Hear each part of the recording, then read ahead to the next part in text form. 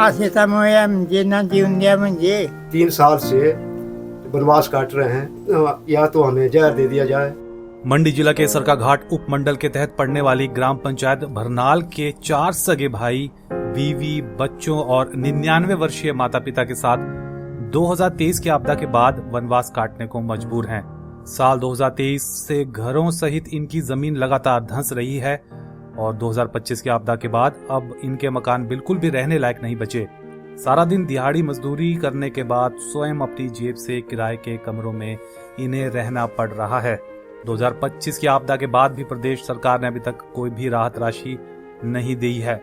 ऐसे में सरकार और विभाग की अनदेखी से आहत होकर इन लोगों ने मुआवजा राशि न मिलने पर उन्हें जहर देने की बात कह डाली है। आपदा का दंश झेल रहे सडवान गांव के 4 भाइयों की यह दर्द भरी कहानी है। इन भाइयों का कहना है कि साल 2023 की आपदा में इनके घरों में बड़ी बड़ी दरारें आ गई थी। इसके बाद इनके ये मकान रहने लायक नहीं बचे, लेकिन विभाग ने उनके इन मकानों को आंशिक रूप से क्षतिग्रस्त घोषित किया, जिस कारण उन्हें सिर्फ 1 लाख की राहत मिल पाई। उसके बावजूद उनको 2-2 लाख जेब से लगाकर इन मकानों की मरम्मत करवानी पड़ी, लेकिन लगातार जमीन खिसकने के कारण फिर से इनके घरों में दरारें आ गई। 2024 की बरसात में ये दरारें और बढ़ गई और इस साल 2025 की आपदा ने रही सही कसर भी पूरी कर दी। जमीन धंसने से लगातार यह दरारें बढ़ रही हैं और मेहनत से बनाए मकानों को अपनी आंखों के सामने गिरता देखने को ये लोग मजबूर हैं। आपदा प्रभावितों अमित चंद, धर्मपाल और रीता देवी ने बताया कि आज भी यहाँ से लगातार जमीन खिसक रही है और अब यहाँ पर मकान बनाना किसी खतरे से खाली नहीं है।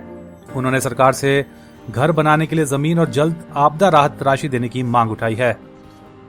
हमारी सरकार से यही प्रार्थना रहेगी कि हमें मकान बनाने के लिए राहत राशि प्रदान की जाए। हम या तो हमें जहर दे दिया जाए। हम जो है 3 साल से वनवास काट रहे हैं। 2003 में हमको सरकार की तरफ से राहत राशि मिली थी 1 लाख। 2-2 लाख हमने अपनी जेब से लगाया और पक्के डंगे लगाए, पक्का बढ़िया रिपेयर किए मकान। लेकिन 2025 में अब तो रहने लायक नहीं रहे। किराए पर रहे, कुछ दिन स्कूल में रहे, 1 महीना स्कूल में रहे, सरकारी स्कूल प्राथमिक पाठशाला सडवाल में। उसके बाद किराए पर 2-2 कमरे, 4 बाबू ने लिए हैं 8 कमरे।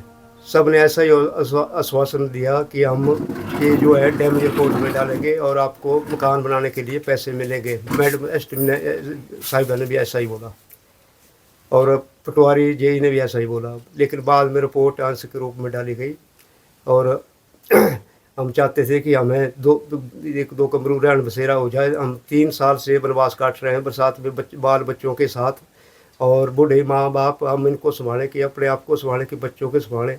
कमरे किराए पे लिए हुए हैं, उनमें रह रहे हैं और मकान हमारे 2023 से पूरे क्षतिग्रस्त हो रहे हैं। मकान 4 भाइयों के मकान क्षतिग्रस्त हो गए हैं और रहने के लिए नहीं रहे और किराए के मकान में हम रह रहे हैं और हमारी सरकार नहीं सुन रही। वहीं जब इस बारे में ग्राम पंचायत प्रधान अंजू शर्मा से बात की गई तो उन्होंने बताया कि बरसात के समय उन्होंने मौके पर जाकर स्थिति का जायजा लिया था। ये जमीन लगातार धंस रही है और इनके मकान रहने लायक नहीं बचे हैं। उन्होंने कहा कि ये सभी मजदूरी का काम करते हैं और अपने परिवार को पालते हैं। उन्होंने भी विभाग और सरकार से इन प्रभावितों की उचित सहायता देने की मांग उठाई है। वहीं एसडीएम सरकाघाट स्वाति डोगरा ने बताया कि राहत राशि के तौर पर इनके खाते में 1-1 लाख रुपए डाल दिए गए हैं। यह राशि इनके खातों में अभी तक क्यों नहीं पहुंची, इसकी जांच करवाई जाएगी।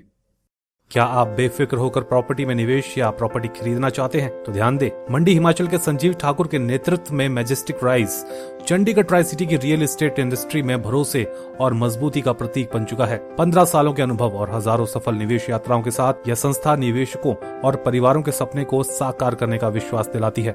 चाहे फ्लैट खरीदना हो या उसमें निवेश करना, मैजेस्टिक राइज हर प्रोजेक्ट की कानूनी और वित्तीय स्थिति को परख कर ही ग्राहकों तक पहुंचाता है। चंडीगढ़ के बाद दुबई में भी आप जल्द निवेश कर पाएंगे। एक्सोटिका होम्स जैसे सफल प्रोजेक्ट्स के बाद संजीव ठाकुर का ये नया वेंचर आपके सपनों को देगा एक नई उड़ान। मैजेस्टिक राइज, जहां निवेश को मिलता है भरोसा, सुरक्षा और बेहतर भविष्य का विश्वास।